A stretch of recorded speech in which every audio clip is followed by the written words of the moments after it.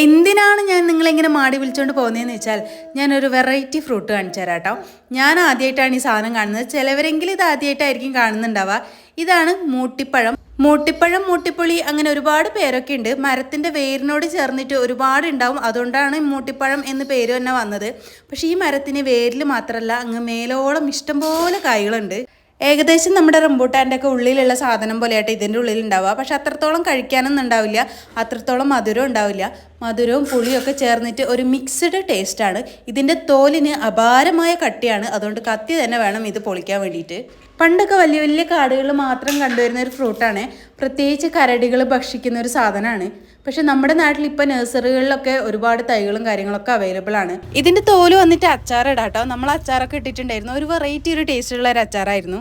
ഈ കാണുന്ന കേട്ടോ ഇതിൻ്റെ മരം. ഇത് നമ്മുടെ വീടിൻ്റെ മുറ്റത്തൊക്കെ നട്ടു വെച്ചിട്ടുണ്ടെങ്കിൽ നല്ല ഷോ ആയിരിക്കും കാണാൻ വേണ്ടിയിട്ട്. ഏകദേശം എല്ലാ ടൈമിനും ഈ മരത്തിൻ്റെ മുകളിൽ കായുണ്ടാവും. ഈ കാണുന്ന വീടിൻ്റെ മുറ്റത്താട്ടോ ഈ ഒരു ഫ്രൂട്ട് ഉള്ളത്. ഇത് നമുക്ക് വേണ്ടപ്പെട്ട ഒരു ചേട്ടൻ്റെ വീടാണ്. ഇത് മാത്രമല്ല ഇവിടെ മാംഗോസ്റ്റീൻ, റംബൂട്ടാൻ എന്നൊക്കെ പറഞ്ഞ് കുറേ വെറൈറ്റി ഫ്രൂട്ടുകളൊക്കെ ഉണ്ട്.